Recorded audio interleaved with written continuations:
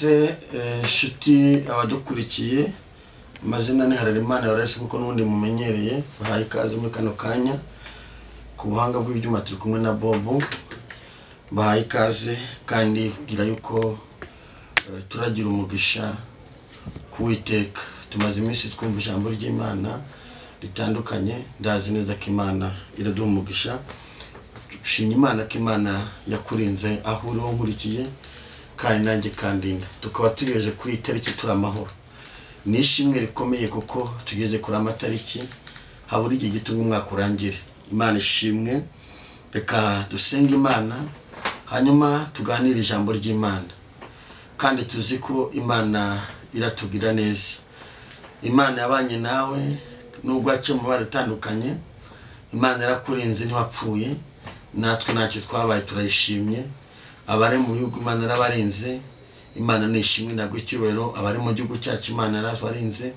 Imana nishimwe Imana yarakurinze ukwiye kuyishima kuyakurinze kandi dushimiye abantu mwese mudutera inkunga badusengera n'abakora subscribe n'abakora share n'abakora comment n'abatugira inama mwese Imana ibaho umugisha Mana mu izina rya Yesu Kristo tugushimiye kuri Imana yumva gusenga tugushimiye kuri Imana ikomeye tugushimiye kuri Imana ifite ubutware tugushimiye kuri Imana ifite ubushobozi tugushimiye kuri Imana ijya yumva amasengesho tugushimiye kuri Imana ijye kuraho igisuzuguriro tugushimiye kuri Imana igirwanira abera bayo tugushimiye kuri Imana igirinda kandi warangiza kurinda ugatabara twemere Kristo umuntu wese ukurikira ijambo ahabwa umugisha nawe uzaryumva wese azahemburwe naryo imbaraga z'umusaraba ziganze ukuboko kwiza kw'Imana yacu kumubeho mwuka w'Imana ganze muri byose tuguhaye ikaze Kristo udufashe muri byose mu izina rya Kristo wa Nazareti amen turaganira ijambo ry'Imana mu Abakorinto ba kabiri ibice byaho 4 turasoma ku murongo waho wa 17 reka dusome haranditse ngo kuko kubabazwa kwacu kw'igihwayihwayi kw'akanya kanone kwiyongeranya kuturemera ubwiza bw'iteka ryose bukomeye kubwo kubabazwa kwacu kw'igihwayihwayi kwa none kuturemera ubwiza kuturemera ndashaka kuvuga kuki ku mibabaro izi ni intumwa ndashaka kuvuga hirya y'imibabaro umuntu abamo igihishe mu mibabaro nushaka kwasoma neza uzasome kino gice usome uzatangira gusobanukirwa kuri 16 nuhasoma hazakubwira imibabaro umuntu acamo hazakubwira ibigeragezo umuntu acamo kandi imibigeragezo umuntu acamo biba bihetse igisubizo kubabara ku mukristo kubabara ku buzima bwawe kubabazwa kw'ibihe ubamo ntigusobanura ko uzapfira muri iyo mibabaro Bibiliya ivuze ngo kuturemera ubuzima bukomeye bw'iteka ryose ntabwo ushobora gukomera utaciye mu mibabaro kubwo kubabara umuntu arababara nubona uri kubabara cyane ukabona uri guca mu mibabaro itandukanye ujye umenya ngo ni nako n'ubuzima bwa Imana izabuhindura mu mibabaro hahishemo amashimwe mu mibabaro umuntu acamo Imana yahishemo iby'iteka ryose Imana ishimwe uri umukristo uzababara ubuzima uzabamo uzababara iyi mibabaro umuntu acamo iyo uyibayemo ukihangana, iyo ubaye muri iyi mibabaro ugakomeza ukizera Imana, ugakomeza ugakiranuka, Imana ibana nawe. Intumwa zarababaye, zica mu bigeragezo bikomeye, zigenda mu ntambara zitandukanye, ariko zikajya zigenda zibona impinduka mu buzima bwabo. Uko bwiza nuko bukeye bakagenda babona impinduka. Imibabaro ucamo, burya Imana ishyira umuntu mu mibabaro iri kugira ngo imwigishe, kugira ngo uzasohore invitation y'ubukwe. Uca mu mibabaro yo kunegurwa, ukavugwa, ukangwa, abantu akavuga ati n'intama yaramukandagiye. Waba uri umusore ukajya kumukumara bati uriya w'intama yaramukandagiye kandi uri muzima. Iyo ni imibabaro. Hirya y'imibabaro haba hahishemo invitation, haba hahishemo kuzakora ubukwe, ukabyara abana. Ariko uri muri mibabaro nta muntu umenya yuko uzaba umuntu. Ntawe ubimenye. Ndavuga ku mibabaro yo muri ubuzima turimo. Ntabwo ndavuga ku mibabaro yo mu ijuru. Ndavuga imibabaro yawe wicaranye aho mu rugo, wicaranye aho muri ghetto, wicaranye aho hanze, wicaranye aho mu kazi. Ndavuga imibabaro. Ushobora kugira akazi ukajya uvuga ati yaba kano kazi nari mbonye n'uburyo nkavamo. Akazi ugahura n'imibabaro mu kazi. Imibabaro ikaba imibabaro, ukajya urara udasinziriye kandi waragasengeye ukaka Imana, none ukajya urara udasinziriye kubera iki? Imibabaro. Nyamara muri iyo mibabaro hahishemo ubwiza. Imana ishimwe. Hahishemo, Imana yahishemo amashimwe. Abantu bose bateye imbere, abantu bose bafite amateka, abantu bose bagiye bandika amateka mu buzima bwabo, baciye mu mibabaro. Nta muntu n'umwe wagiye wandika amateka utaraciye mu mibabaro. Nta n'umwe. Yohana yaciye mu mibabaro, Petero yaciye mu mibabaro, Yosefu yaciye mu mibabaro. Ariko iyi mibabaro umuntu acamo yabaga Imana yahishemo ubwiza, yahishemo icyubahiro. Imibabaro Elizabeth yaciyemo yari ihishemo amashimwe, kandi yaciye mu mibabaro ayimarana igihe kirekire. Ariko Imana yari yashizemo amashimwe. Imibabaro umuntu acamo ingana n'amashimwe Imana izashyira imbere yawe. Ndashaka kubwira imibabaro uri gucamo ihishemo amashimwe. Yesu yahishemo, yashize mu ishimwe abanyamahanga batazi. Imana ishimwe. Ushobora kuba mu mibabaro, ukaba mu mibabaro, abantu bose bakakuvaho bitewe n'imibabaro utuyemo urimo uyu munsi. Iyo umuntu ari mu mibabaro ntabwo abazi ko imibabaro azayivamo. Ariko iteka umuntu watsinze ibigeragezo, umuntu watsinze imibabaro, yinjira mu mashimwe. Hatari imibabaro ntabwo hashobora kubaho amashimwe. Hatari imibabaro ntabwo hashobaho kunezerwa. Habanza imibabaro. Nabiga burya uraza amaguru mwibasi wiga, ntabwo ubuzi yuko uzaba diregiteri w'ikigo. Habanza imibabaro. Urara mu ikayi ukajya urya kawunga n'ibishyimbo, ariko ifiriti gutegereje n'inyama zigutegereje. Habanza iki? Imibabaro. Uva iwanyu ukajya kuba mu kigo, nta mikino ibihari. Umuntu aratwita, akabanza iki? Imibabaro.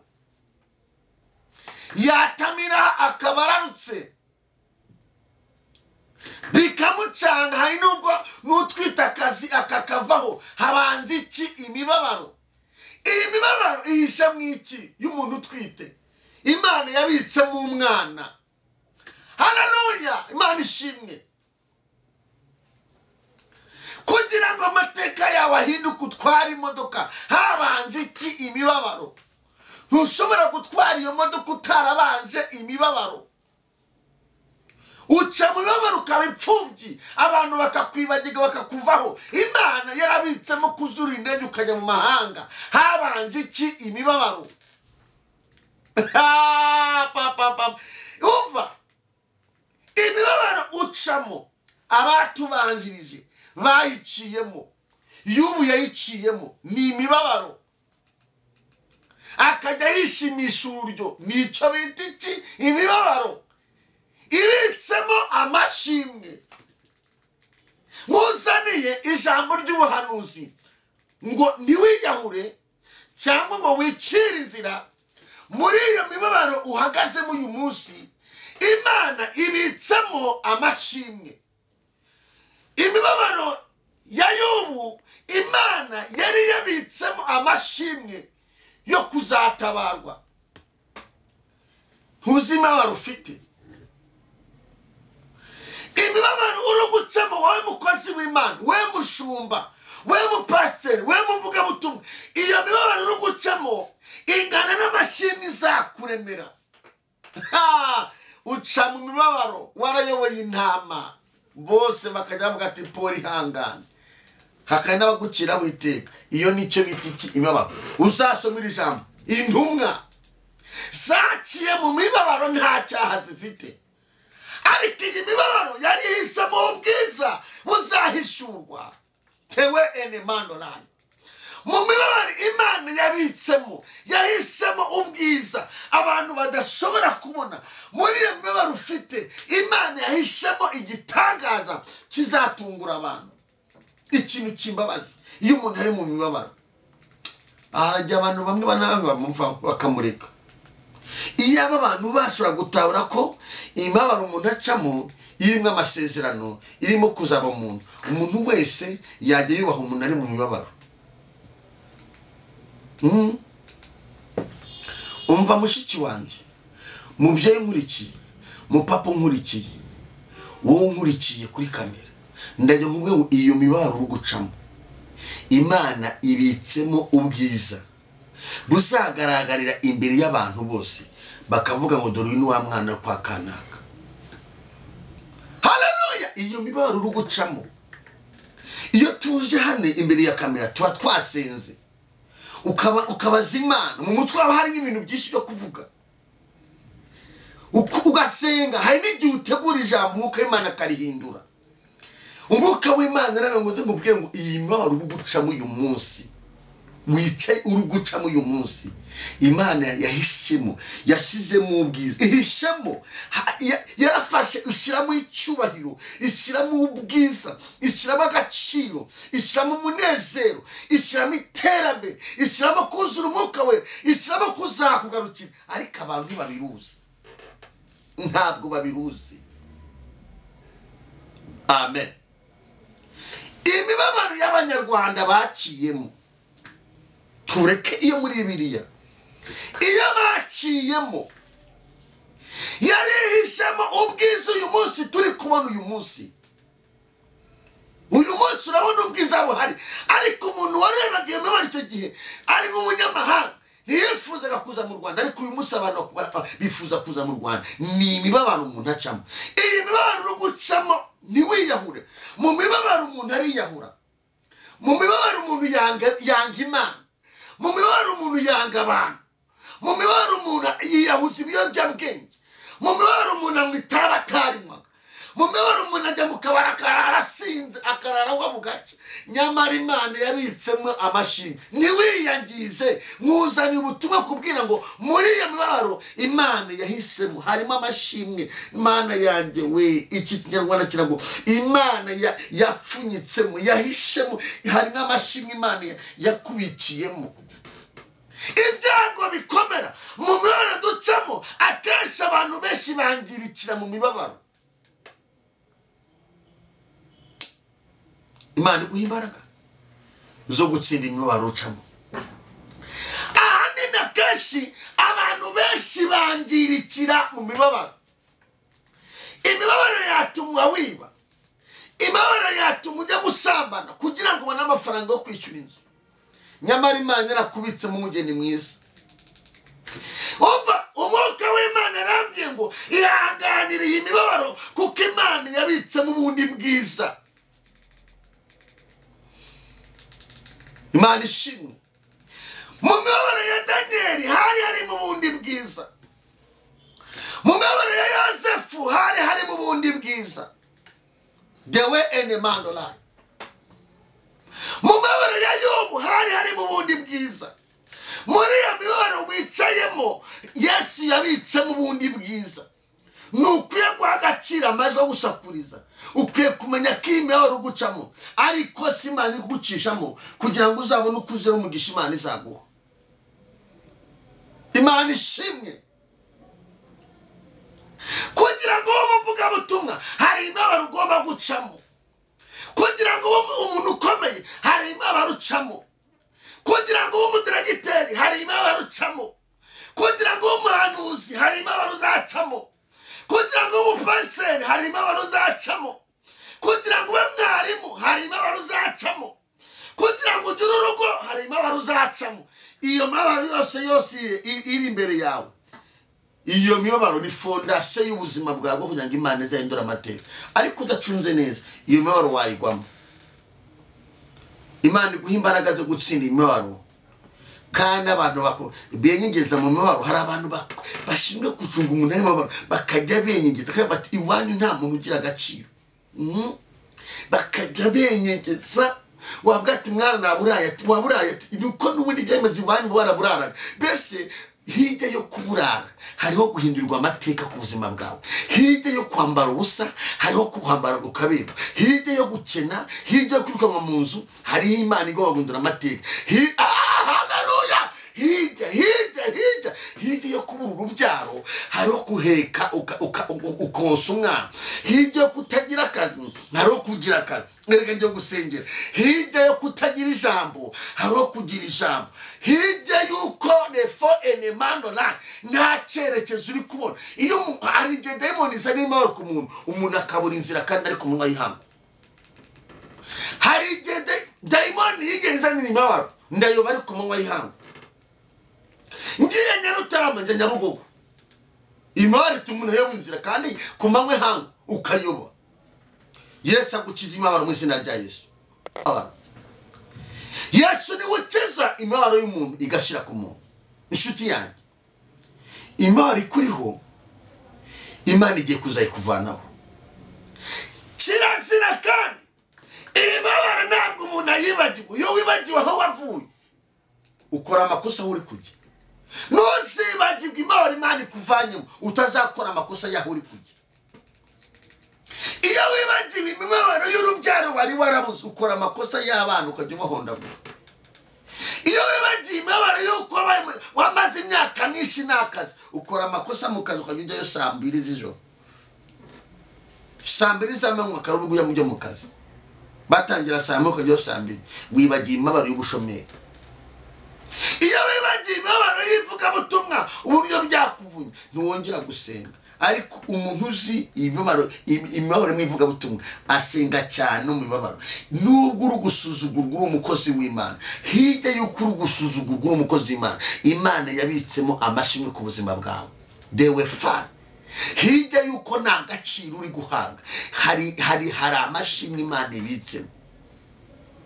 Uyu munsi uri kubangwa ariko none akore ni Imana bakoreye yemeye kugucisha muri iyo mibabaro, kandi iyi mibabaro hirya yayo hari amashimwe abitsemo. Lepal ubuzima ubayemo ejo ni ukomeza kubaha Imana uzabuvamo. Imibabaro yo kwangwa, imibabaro yo kurogwa, none se batakuroze ngo uzabone icyo ubwira abantu wabuvuga iki?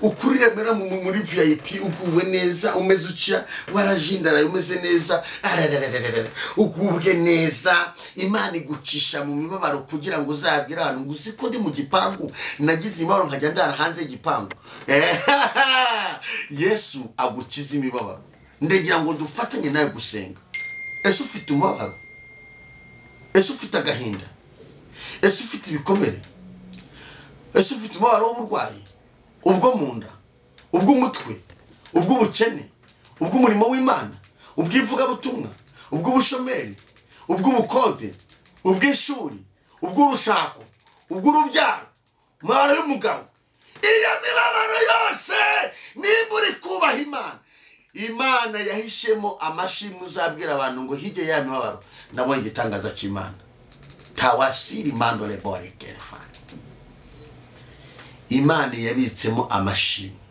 ndagira ngo upfukamo warunkurikiye ubwira Imana ngo mwami ngushime ko hige y'imibabaro umbikimwe amashimwe kandi abantu bose bazava ngo ni kanaka uwapfukama wasenga uhagaze wasengera mu cyumba cyawe icyo cyo nuko Imana mbwiye ngo nkubwire ngo imibabaro uri gucamo Imana yabitsemo amashimwe inshuti warunkurikiye ndagira nkubwire ngo Imana ibitsemo amashimwe menyeshe n'abantu badukurikiye kuri gusengerwa abari mu gihugu cyacu inshuti zidukurikiye gahunda yo mu rukiri yarafunguye gahunda yo kwa gatatu isigaye ikora kwa gatatu nkuko byemeze gahunda irakomeje ndakuraritse hari abantu benshi banyandikiye bambaza izo gahunda ndabizi ko ufite imibabaro uvuga ngo Mana nyine gusenga gahunda yo kwa gatatu handa avuganaga n'Imana yarafunguye ni karibu mu materaniro nejo dufite amateraniro ngo haye kaze mu izina rya Yesu agukiza imibabaro ntiwiyahure ntiwicire witeka Mana mu izina rya Yesu Kristo wa Nazareti hirya y'imibabaro hari amashimwe fasha buri muntu wese uri guca mu mibabaro kugira ngo umuhe imbaraga zo kuva mu mibabaro yinja mu mashimwe kuko hari urugendo hari abantu benshi bagiye baca mu mibabaro bakayigwamo hari abatubanzirije bayiguyemo ariko hirya y'imibabaro y'Abisiraheli wari washize nk'amashimwe ndasenge buri muntu wese unkurikiye ngo umuhe gutsinda imibabaro ahagazemo iyo ariyo yose ubutumwa n'ubu bumaye ngo muvuge umuntu wese uri guca mu mibabaro ikabimujengereje imibabaro yose ari gucamo hari ubwo bari kuyicamo bitewe n'abarara bamuroga bitewe n'abarara batanga ibitambo ku buzima bwe bikamutera kurava ngo ari izi mbaraga zaho zindwana nazo zizandikura ryari ndasenze ngo hirya y'abamuroga ushyire amashimwe nkuko Elefoni Dawidi yavuze ngo untunganyiriza ameza yari yarabanje imibabaro yo kujya kuragira intama no kuba mu ishyamba nibiri fo enema ariko ushyiramo amashimwe sengeye umubyeyi uri kurogwa sengeye umukobwa ufite imibabaro sengeye umusore ufite imibabaro sengeye umugabo ufite imibabaro sengeye umukozi w'Imana ufite imibabaro buri muntu wese n'amandore payi ufite imibabaro umwibutse ko hirya y'iyi mibabaro wabitseyo amashimwe azatungura abantu bimutere gukomera ku munsi mubi atari intambwe yegera isezerano yegera amashimwe wateganyize ku buzima bwe twirukanye dayimoni wangiriza abagenzi mu mibabaro ahubwo ukuboko kwiza kw'Imana gushyigikira buri muntu wese kugira ngo imibabaro idepanse yakira ubwiza bw'Imana yakira impinduka yakira amashimwe hatabanje imibabaro ntihaza amashimwe ariko iyo habanje imibabaro haba hari amashimwe kuko abadayimoni bateza imibabaro kugira ngo umuntu atazagera ku mashimwe Imana yateguye kuko ari Imana irindi jambo wavuze ku muntu kugira ngo risohore birangira umuntu atsinze akinjira mu mashimwe ngushime ko ushoboje buri muntu wese kwinjira mu mashimwe mwami urakoze Imana kubikoze mu izina rya Kristo wa Nazareti amen Imana ibagire neza Imana y'umugisha ijambo ry'Imana akagaruka bye bye